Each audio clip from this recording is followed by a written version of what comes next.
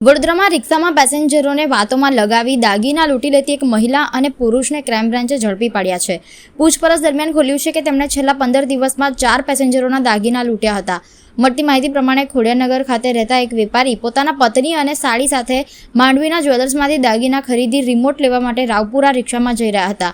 આ દરમિયાન રિક્ષામાં પંજાબી ડ્રેસ અને મોઢે દુપટ્ટો બાંધીને બેઠેલી મહિલાએ તેમના પર્સમાંથી ₹3.50 લાખના દાગીના ચોરી લીધા હતા। આ બનાવ બાદ ક્રાઇમ બ્રાન્ચના પીઆઈ આરજી જાડેજા અને ટીમે સીસીટીવી ફૂટેજ અને ટેકનિકલ સોર્સના આધારે તપાસ શરૂ કરી હતી। તપાસ દરમિયાન ખાસવાડી સ્મશાન પાસે રિક્ષામાં જતા મોહમ્મદ યુનુસ, ગુલામ હુસેન કાગદી અને કાલી જસપાસ લોંધેને ઝડપી પાડ્યા હતા। તેમની પાસેથી ચોરાયેલા દાગીના મળી આવ્યા હતા। પોલીસની તપાસમાં માલુમ પડ્યું કે આ દાગીના પેસેન્જરોના સામાનમાંથી લૂંટી લેવામાં આવ્યા હતા। આરોપીઓ પાસેથી રિક્ષા, 2 મોબાઈલ અને દાગીના મળી કુલ ₹4.52 લાખની મત્તા કબજે કરવામાં આવી છે। વધુ પૂછપરછ દરમિયાન બંને ઠગોએ સ્વીકાર્યું કે છેલ્લા 15 દિવસમાં તેમણે માંડવી જ્વેલર્સમાંથી સોનું ખરીદી નીકળેલા દંપતી, રેલવે સ્ટેશન પાસેથી રિક્ષામાં બેઠેલી મહિલા, સોમા તળાવ પાસે તથા ગોત્રી વિસ્તારમાં રિક્ષામાં મુસાફરી કરતી મહિલાના દાગીના કાઢી લીધા હતા।